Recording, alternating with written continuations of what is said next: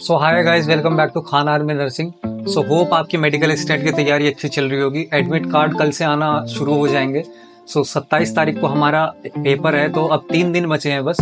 तो मैंने वीडियो लाने में देरी कर दी, पर 3 दिन भी बहुत है, देर आए दुरुस्त है। तो अगर 3 दिन में ये टॉपिक्स आप पढ़ लेंगे, जैसा कि आप देख सकते हैं स्क्रीन पे, सारे सब्जेक्ट की स्ट्रैटेजी लाया हूँ। मैंने अपने ग्रुप में धीरे धीरे डाल दी थी, बस मैं वीडियो बनाना भूल गया था, क्योंकि मैं भी मेडिकल असिस्टेंट की पूरी लग के तैयारी कर रहा हूँ। तो पूरे सब्जेक्ट्स की मैंने स्ट्रैटेजी डाली थी, बस इंग्लिश की आज डाली है। सारे सब्जेक्ट्स के चैप्टर वाइज मोस्ट इंपॉर्टेंट सारी चीज़ मैंने डाल चुकी है। लास्ट 3 डेज में उसको कैसे कवर अप करना है, मैं सारे ही आपके साथ चीज़ डिस्कस करूंगा। और ये जो सारी स्ट्रैटेजी है, मैंने अपने पर्सनल नोट्स भेजे हैं, और मैं पर्सनली जो स्ट्रैटेजी फॉलो कर रहा हूँ, मैंने वही चीज़ सारी भेजी है। तो अगर आपको ये सारी स्ट्रैटेजी जाननी है तो हमारे टेलीग्राम ग्रुप को ज्वाइन कर लें। जैसे आप मेरे टेलीग्राम ग्रुप ये दिख रहा होगा आपको, इस पे ही मैंने सारी चीज़ें अपनी डाल रखी हैं। GK, English, bio and science सारी चीज़ें मैंने डाल रखी हैं इस पर। सबसे पहले हम देखते हैं किस चीज़ की स्ट्रैटेजी देखेंगे। सबसे पहले हम देखेंगे किस किस चीज़ से कितने कितने मार्क्स के क्वेश्चन आते हैं। तो हर चीज़ से 25-25 क्वेश्चन आएंगे, टोटल 100 क्वेश्चन होंगे, और हमारे पास 1 घंटा होगा सिर्फ 100 क्वेश्चन के लिए 1 घंटा। तो सबसे पहले हम इंग्लिश की स्ट्रैटेजी जान लेते हैं, क्योंकि इंग्लिश के लिए बहुत लोग पूछ रहे थे। इंग्लिश बहुत लोगों की कमज़ोर होती है, तो इंग्लिश में हमें क्या करना है। तो इंग्लिश के लिए बहुत कम दिन बचे हैं हमारे पास, तो उसमें आपको सबसे ज़्यादा जो इम्पोर्टेंट टॉपिक्स हैं सिर्फ उन पे ही फोकस करना है। तो सबसे लास्ट में बताऊंगा कि मेरे सोर्स क्या है, मैंने फ्री में बैच कैसे लिया, और आपको भी RW का फ्री में बैच कैसे मिलता है मैं वो भी बताऊंगा। सबसे पहले इंग्लिश की हम स्ट्रैटेजी देख लेते हैं। तो इंग्लिश के मैंने, जैसे कि आप देख सकते हैं, इंग्लिश के मैंने अभी अपने जो चैनल है जो मेरा, उस पर जो ग्रुप है मेरा, उस पर सबसे ज़्यादा इंपॉर्टेंट जो वोकैब है वो सारी डाल रखी है। इंग्लिश की जो वोकैब सारी इंपॉर्टेंट है वो सारी मैंने डाल दी है। जैसे आप इसको खोल के देखेंगे और इसको जूम करके देखेंगे, तो ये मेरी जो पर्सनल वोकैब है मैंने वो डाली है। तो ये ही सबसे ज़्यादा इंपॉर्टेंट जो वोकैब है, जो मुझे लगती है, जो मैं बार बार बोलता हूँ, एंड जो डिफरेंट एग्जाम्स में आती है, ज़्यादातर एयरफोर्स और नेवी में जो आती है, मैंने उसको सबसे पहले लिया है इसमें। बिल्कुल जो मैंने ग्रीन में हाईलाइट कर रखे हैं, जैसे आप देख सकते हैं, कुछ मैंने ग्रीन में हाईलाइट कर रखे हैं। तो वो जो वोकैब है वो सबसे ज़्यादा इंपॉर्टेंट है। अब वोकैब में आप पूछेंगे एंटोनिम सिनोनिम भाई तुमने दे नहीं रखे, तो भाई एंटोनिम सिनोनिम की कोई ज़रूरत ही नहीं है आपको। अगर आपको वर्ड का मीनिंग पता है, जैसे मैंने आपको एक वर्ड दे दिया, हिंदी में वर्ड दे दिया काला, तो काले का मतलब आपको पता है हिंदी में क्या होता है, तो आपको उसका एंटोनिम पता होने की जरूरत नहीं है। आप बस जो ऑप्शन है उसमें से देख के बता देंगे काला का अपोजिट तो व्हाइट होता है। तो ऐसे ही अगर आपको रेजोल्यूट का मतलब जैसे डिटरमाइंड होता है, मैंने यहाँ पे लिखा हुआ है रेजोल्यूट का मतलब डिटरमाइंड होता है, तो इसका अपोजिट क्या होगा, लेजी होगा भाई। तो इसलिए आपको एंटोनिम्स याद नहीं करने हैं, आपको बस वर्ड के सारे मीनिंग्स याद करने हैं। आपको वोकैब जो टॉप वोकैब है वो याद करनी है। तो ये सारी वोकैब मैं कहाँ से लाया, मैंने ब्लैक बुक पूरी पढ़ी हुई है। ब्लैक बुक और जो डिफरेंट नेवी और एयरफोर्स एग्जाम है उसमें PYQ की जो वोकैब होती है वो सारी मैंने एक जगह पूरी आपकी कंपाइल करके आपके लिए यहाँ पे प्रेजेंट कर दिया। ये मेरे पर्सनल नोट है, तो आप चाहें तो इसको भी यूज कर सकते हैं। तो वोकैब हो गई हमारी। वोकैब के बाद आती है हमारी जो सबसे मेन दिक्कत आती है ग्रामर की। वोकैब हमारी 4-5 नंबर की आ जाएगी, तो ग्रामर में हम कैसे करेंगे। ग्रामर का भी मैंने अपने ग्रुप पे डाल रखा है। तो ग्रामर में जो मैंने सबसे पहले अपने टॉपिक्स करे हैं, ग्रामर जनरली मेरी बहुत वीक थी, पहले भी बहुत वीक थी, तो ग्रामर मैंने अभी ही कवर अप करी है मेरी। ये जैसे मैं अपनी जो कॉपी है उसमें अलग अलग टॉपिक्स के हिसाब से बनाता रहता हूँ, तो जो टॉपिक मुझे सबसे ज़्यादा इंपॉर्टेंट लगे हैं मैंने उसके टॉपिक्स आपके यहाँ पे डाल दिए। जैसे सबसे ज़्यादा इंपॉर्टेंट टॉपिक मुझे लगा प्रोनाउन की, जो प्रोनाउन में जो मिस्टेक्स होती हैं, जो करेक्शन वाले क्वेश्चंस आते हैं, वो प्रोनाउन से सबसे ज्यादा आते हैं। तो प्रोनाउन आपको 100% आपका करके ही जाना है। तो प्रोनाउन के बाद आता है नाउन, जो संज्ञा होती है वो बिल्कुल करके जानी है। उसके बाद आर्टिकल एन, द, उसके सबसे ज्यादा करके आने। इसके ट्रिकी क्वेश्चंस बहुत होते हैं कि किसके आगे एन लगेगा, किसके आगे द लगेगा। उसके बाद प्रेपोजिशन में जैसे I am on the table, ऐसे प्रेपोजिशन में ऐसे क्वेश्चंस बहुत आते हैं जो बहुत कंफ्यूजिंग होते हैं। तो ज्यादातर जो मेन टॉपिक्स हैं यही हैं, मतलब ये जो 6 टॉपिक्स हैं सबसे ज्यादा मेन यही है। एक्टिव, पैसिव और डायरेक्ट इनडायरेक्ट के 2 से 3 क्वेश्चन हर एक इन टॉपिक के आते हैं। 2 से 3 एक्टिव पैसिव और 2 से 3 डायरेक्ट इनडायरेक्ट के। तो इनका सोर्स कहाँ से आपको करना है वो भी मैं आपको जल्दी बताऊंगा, तो वीडियो को आगे फॉलो करते हैं, या फिर आगे आप स्किप भी कर सकते हैं। तो हमने अब इंग्लिश का देख लिया, अब हम देखते हैं जीके का। तो जीके में आपका सबसे ज्यादा इंपॉर्टेंट क्या रहने वाला है। जीके में भाई मैं बता दूं, जो इंडियन नेवी ने हमें सिलेबस दे रखा था MR का, मैंने एनालाइज करा पेपर, और जो MR का जब मैंने पेपर एनालाइज करा तो MR SSR का सेम पेपर आता है। MR SSR और मेडिकल असिस्टेंट का जो जीके का पोर्शन होता है वो पूरा सेम होता है। मैंने प्रीवियस ईयर भी एनालाइज करा तो इन्होंने जो सिलेबस दे रखा है बिल्कुल 100% उसी में से क्वेश्चन पूछे हुए हैं, कहीं बाहर से कुछ नहीं दे रखा। तो यहाँ पे मैंने पूरा अपना जो मैसेज है वो पिन कर रखा है। इसको बनाने में मुझे 1 घंटा लगा क्योंकि पूरा का पूरा मुझे एनालाइज करना था। तो जो क्वेश्चन सबसे ज्यादा रिपीट हो रहे हैं, मोस्ट इंपॉर्टेंट जैसे मैंने यहाँ पे लिख रखा है, मोस्ट इंपॉर्टेंट क्वेश्चंस कौन से हैं। तो टॉपिक्स जो इजी हैं, मोस्ट इंपॉर्टेंट जो इजी हैं वो जल्दी से आप कर सकते हैं। वो है करेंसी मतलब क्या, कहाँ की कौन सी करेंसी यूज होती है, कहाँ पे क्या पैसा होता है, पीसोस कहाँ पे यूज होता है, जापानीज येन कहाँ पे यूज होता है, चाइना में वॉन यूज होता है। तो ऐसे सारी चीज आपको ये सारी लर्न करनी है, क्योंकि जो MR का एग्जाम है और MR का एग्जाम आज भी हुआ है तो उसमें भी बहुत सारे जो करेंसी से है वो क्वेश्चंस बहुत सारे हैं, 25 क्वेश्चंस आते हैं। तो करेंसी के बहुत सारे क्वेश्चन उसमें भरे हैं। करेंसी के बाद कैपिटल भी आप RWA से जाके किसी भी उससे जाके एक दिन में आप इनमें से 4 से 5 टॉपिक कर सकते हैं आराम से। तो 4 से 5 टॉपिक का मतलब है 5 से 6 नंबर आराम से आप अपने स्कोर कर सकते हैं पूरे एक दिन में। अगर आप अभी भी स्टार्ट करते हैं, कल से 3 दिन हमारे पास है और कल भी स्टार्ट करते हैं तो आप बहुत सारे अपने नंबर जोड़ सकते हैं। उसके बाद आ जाते हैं रिवर्स से 100% क्वेश्चन पूछ रहा है। इंडिया की रिवर पूछी थी, सबसे लंबी रिवर कौन सी है, गंगा की लेंथ पूछी थी 2525 उसकी डिस्टेंस है गंगा की पूरी लेंथ। और येलो रिवर पूछी थी, नील नदी के बारे में पूछ सकता है आपसे, चाइना की नदी के बारे में पूछ सकता है, एशिया की सबसे लंबी नदी के बारे में पूछ सकता है। तो नदी से वो बार बार पूछ रहे हैं तो नदी से 100% मेडिकल में भी नदी से पूछा ही जाएगा। तो उसके बाद आता है नेशनल थिंग्स मतलब इंडियन फ्लैग हो गया, एनिमल हो गया या इंडियन नेशनल फ्रूट हो गया, ये सारी चीज आपको 100% करके जानी है। ये जो मैं ऊपर के टॉपिक बता रहा हूँ इनमें से 100% क्वेश्चन आना ही है। तो अगर आप इसे अभी भी इग्नोर कर रहे हैं तो भाई आप मतलब पछताओगे, 100% पछताओगे। उसके बाद आ जाता है डिजीज और विटामिन। 2 इजी टॉपिक्स हैं।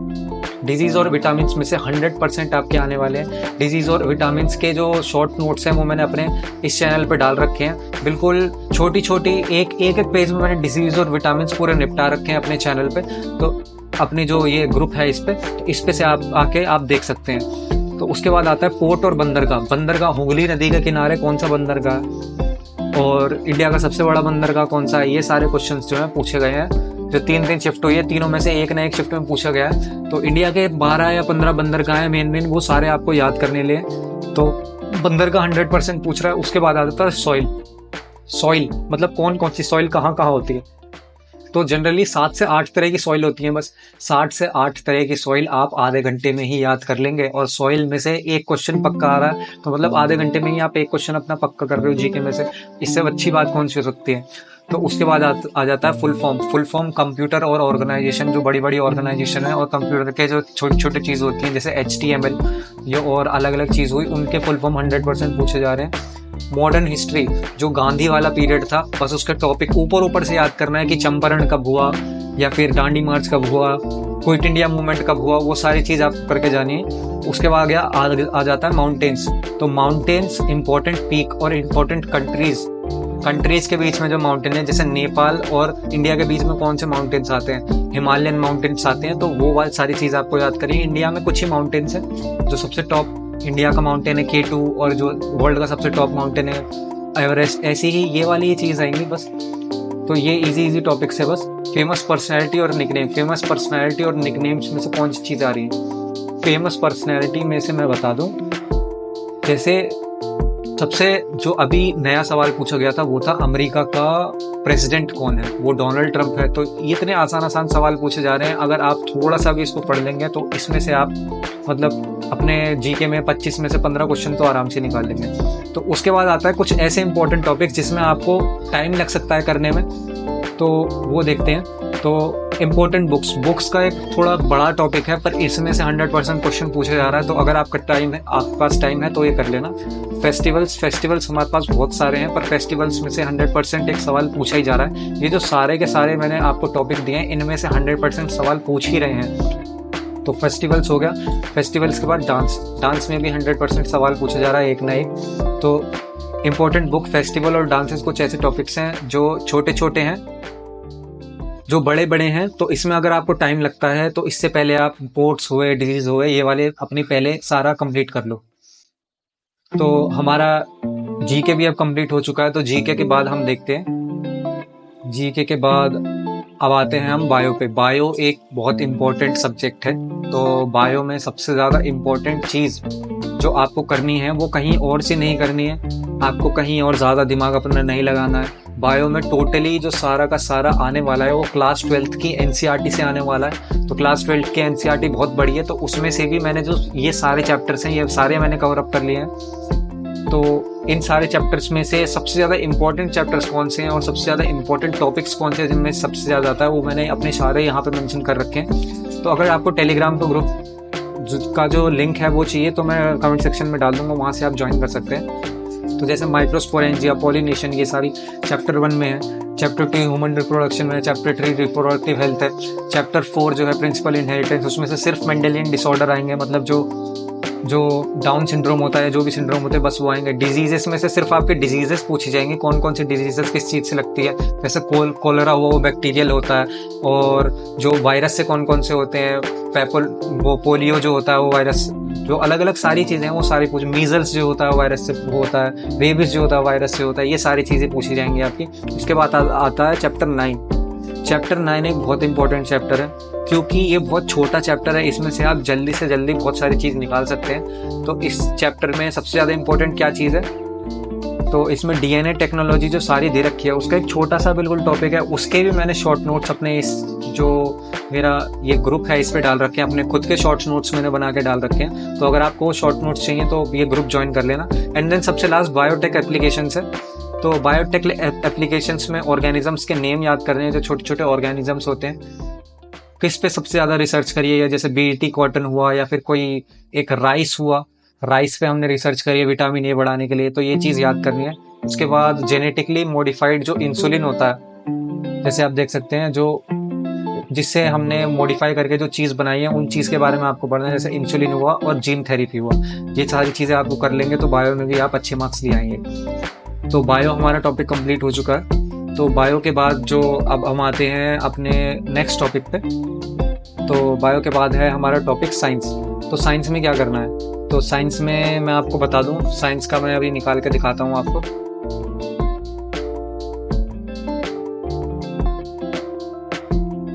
जैसे आप सारे देख सकते हैं मैंने सारे टॉपिक्स अपने बता रखे हैं, और मैं इस जो मेरा ग्रुप है इस पे अपने डेली जो हमारे वो होते हैं टारगेट्स होते हैं वो भी मैं डालता रहता हूँ। फिजिक्स और केमिस्ट्री के पूरे शॉर्ट नोट्स मैंने इसमें डाल रखे हैं, और बाकी सारी भी चीज़ें मैंने डाल रखी हैं इसमें। तो साइंस का मैं निकाल के बताता हूँ आपको। तो साइंस में सबसे इम्पोर्टेंट टॉपिक, साइंस में सबसे ज़्यादा इम्पोर्टेंट जो है वो है आपका फिजिक्स। फिजिक्स इम्पोर्टेंट क्यों है, क्योंकि 20 क्वेश्चंस फिजिक्स के ही आएंगे आपके साइंस में। फिजिक्स आप सोचेंगे कि फिजिक्स तो बहुत हार्ड है, क्लास 12th की और क्लास 11th की फिजिक्स पूरी दे रखी है, तो ऐसा नहीं है। अगर आप SSR की भी फिजिक्स जाके देखेंगे तो ऑलमोस्ट 15 क्वेश्चंस उसमें बहुत आसान दिए होते हैं, जो कि इन टॉपिक से होते हैं, जो मेन टॉपिक होते हैं। जैसे रे ऑप्टिक्स और वेव ऑप्टिक्स हुआ, ये क्लास 10th और क्लास 12th की अगर मिला के आप थोड़ी बहुत पढ़ते हैं तो आपको ऊपर से भी पढ़ लेते हैं। तो इसमें बहुत सारे स्टेटमेंट बेस्ड क्वेश्चन आते हैं कि अगर हमारा जो फ्लूइड की डेंसिटी है वो बढ़ेगी तो लाइट का जो रिफ्रैक्शन होगा वो क्या होगा, लाइट का रिफ्रैक्शन भी बढ़ेगा उसके साथ। तो ऐसे क्वेश्चन पूछे जाते हैं आपसे। तो फोर्स और लॉ ऑफ मोशन, ये वाला चैप्टर आपको कर लेना है। फोर्स और लॉ ऑफ मोशन, जो लॉ ऑफ मोशंस जो है सारे, लॉ 1, लॉ 2, लॉ 3, तो वो सारी चीज़ें आपको करके जानी है। उनके जो फॉर्मूलाज हैं, सिंपल फॉर्मूलाज हैं, वो करके जानी है। इलेक्ट्रिक करंट में से आपको नॉर्मल जो फॉर्मूलाज होते हैं, ज़्यादातर जो क्वेश्चंस आते हैं वो फॉर्मूलाज पे ही आते हैं। जैसे आपने अगर करंट बढ़ा दिया तो वोल्ट में क्या बदलाव होगा या एम्पियर में क्या बदलाव होगा, तो वो सारी याद करनी है आपको। तो करंट में जो सारे फॉर्मूलाज होते हैं वो भी आपको याद करके जाने हैं, उसमें से भी क्वेश्चंस पूछ लेता है। तो ज़्यादातर जो क्वेश्चन आ रहे हैं वो स्टेटमेंट बेस्ड और फॉर्मूला बेस्ड आते हैं। फॉर्मूला में आपको वैल्यू पुट नहीं करनी होती, न्यूमेरिकल नहीं होता, बस फॉर्मूला आपको पूरा उठा के पूछ लेगा, सीधा उठा के पूछ लेगा। उसके बाद आता है इलेक्ट्रोस्टैटिक में क्लास 12th के पहले चैप्टर्स में दे रखा है इलेक्ट्रोस्टैटिक। ये सारी जो चीज़ें हैं ये बहुत आसान है, अगर आप क्लास 12th के लेवल पर लेके चलेंगे तो वो बहुत मुश्किल है। तो मैं आपको अभी जो सोर्स है वो भी बताऊंगा कि आपको करने कहाँ से हैं, जो आपके लिए आसान पड़े। तो उसके बाद आ जाता है type of types of motion and circular motion. Types of motion और सर्कुलर मोशन में से बहुत सारे क्वेश्चंस आते हैं, 2 क्वेश्चंस आते हैं इसमें से। अगर ये सारे आप क्वेश्चंस मिलाएंगे तो इसमें बैठ रहे हैं 10 क्वेश्चंस, 10-12 क्वेश्चंस आराम से बैठ रहे हैं। तो 10-12 क्वेश्चंस आप ये 3 दिन में आराम से कवर अप कर लेंगे अगर आप एक दिन में 6 से 7 घंटा भी पढ़ते हैं तो wave and simple harmonic motion, इसमें से भी बहुत सारे 3 क्वेश्चंस आते हैं। वेव और सिंपल हार्मोनिक मोशन में 3 क्वेश्चन आते हैं, 2 स्टेटमेंट बेस्ड आएंगे और एक फॉर्मूला बेस्ड आएगा। तो इसमें से भी अगर आप ये भी चैप्टर अपना ऊपर से कर जाते हैं बस, तो इसमें भी बहुत चांसेस बनते हैं कि आप 3 में से 2 क्वेश्चन तो आराम से कर ही लोगे।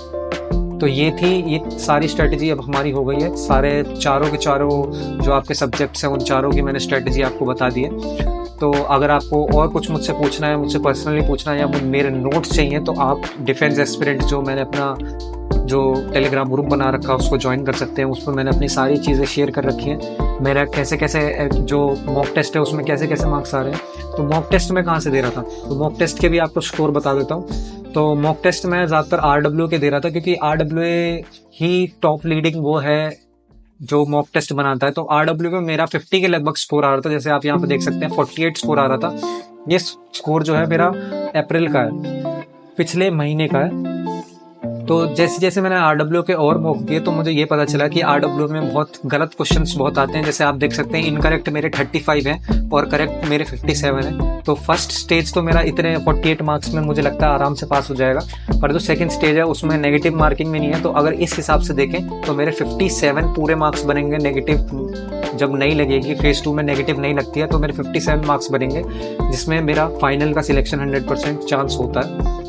सो ये आप मेरा स्कोर भी देख सकते हैं। तो स्कोर के बाद मैं आ जाता हूँ सोर्स पे कि मैं कहाँ से जो तैयारी है वो मैं कहाँ से करता हूँ। तो तैयारी जो है वो मैंने आपको कैसे करनी है, जो मैंने अपने सारे नोट्स आपके साथ शेयर कर रखे हैं, बायो के सारे नोट्स आपके साथ शेयर कर रखे हैं, अपना डेली टारगेट्स मैं शेयर करता हूँ, फिजिक्स केमिस्ट्री का नोट्स शेयर कर रखे हैं। आपको टाइम टू टाइम आपके साथ बात भी करता रहता हूँ कि आपको कोई दिक्कत ना है। तो फाइनली जो हमारी लास्ट घड़ी जो आती है कि आपका सोर्स क्या रहेगा, तो मैंने बता दूं RWA से ही मैं पढ़ रहा हूँ।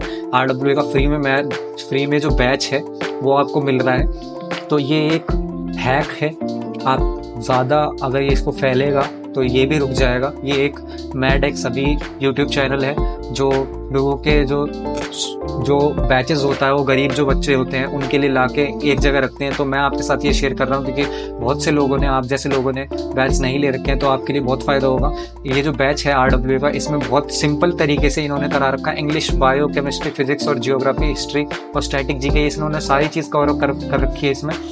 तो इसको आपको ऐप को चलाना कैसे है, इसमें बैच कैसे चलाना है, आप जो ये ऐप देख रखा है, जो मैंने ऐप दे रखा है उसको इंस्टॉल करेंगे और जो कोड है जो मैंने यहाँ पे कोड डाल रखा है, इस कोड को डाल देंगे तो आपका अपने आप जो बैच है वो एक्टिव हो जाएगा। आपके जो सारे नोट्स है वो सारे आपके एक्टिव हो जाएंगे। तो ये जो नोट्स हैं बहुत कारगर हैं, बहुत ज़्यादा इंपॉर्टेंट है, क्योंकि इन नोट्स से ही मैं अपनी इंग्लिश पूरी कवर अप कर रहा हूँ। जो मेरे कुछ 1-2 टॉपिक्स बच गए हैं, जो 25 में से मेरे 20 मार्क्स आ रहे हैं इंग्लिश में, उसको मैं 25 तक पहुँचाने की कोशिश कर रहा हूँ। तो RWA के जो ये सारी नोट्स हैं ये सारी उसमें मुझे बहुत हेल्प कर रही है। तो आपके लिए भी मैं बताऊँगा कि RWA का ये जो फ्री में सारी चीज़ मिल रही है, आप इसका फ़ायदा उठाएं। आपको कोई जो एक्सपेंसिव बैच होते हैं वो लेने की ज़रूरत नहीं है और लास्ट में आपको कोई फिक्र करने की ज़रूरत नहीं है। जब आपके पास सारा कुछ अवेलेबल है, मैंने अपनी सारी की सारी इंपॉर्टेंट चीज़ यहाँ पे डाल रखी है। जब मेरे खुद के मार्क्स अच्छे आ रहे हैं तो आप मुझ पर ट्रस्ट कर सकते हैं कि मैंने जो सारी चीज़ डाली होंगी वो एकदम अच्छी होंगी और नोट्स भी बहुत अच्छे होंगे, टू द पॉइंट होंगे। तो अगर बिल्कुल शॉर्ट नोट्स डाल रखे हैं मैंने, ऊपर से भी आप पढ़ के अगर चले जाएंगे तो मतलब आधे क्वेश्चन तो आप आराम से कर देंगे। तो आशा है आपको मेरी वीडियो अच्छी लगी होगी। तो यही थी हमारी सारी स्ट्रेटेजी। 27 तारीख को मेरा दिल्ली में एग्ज़ाम है, तो अभी मेरा इनिशियल जो एडमिट कार्ड होता है, शुरू का एडमिट कार्ड वो आ गया है। तो कल 11 बजे या 12 बजे हमारे एडमिट कार्ड नेवी SSR के आ जाएंगे। तो नेवी SSR मेडिकल असिस्टेंट के आ जाएंगे, तो कल ही हमारे एडमिट कार्ड आ जाएंगे और कल ही पता चल जाएगा कि हमारा एग्ज़ाम सेंटर कहाँ है। कुछ लोगों का बहुत दूर एग्ज़ाम सेंटर आ गया है, तो आप पहले ही जाके अपने एग्ज़ाम सेंटर पे चला जाइएगा। सो अगर आपको वीडियो अच्छी लगी हो चैनल को सब्सक्राइब कर लेना। मैं और भी वीडियोस बनाता हूँ, एयरफोर्स, नेवी, हर चीज़ को मैंने टारगेट किया है। जिसको नहीं पता है, मैंने एयरफोर्स में ग्रीन कार्ड मुझे मिल गया है, मेरा PSL में नाम आ चुका है।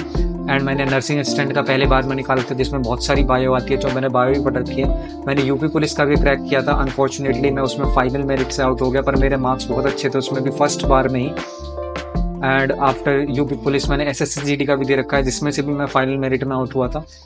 सो अगर आप ट्रस्ट करते हैं तो सब्सक्राइब टू माई चैनल, और बिल्कुल सारे नोट्स चाहिए तो टेलीग्राम ग्रुप को ज्वाइन कर लिएगा। So thank you so much for watching, good night.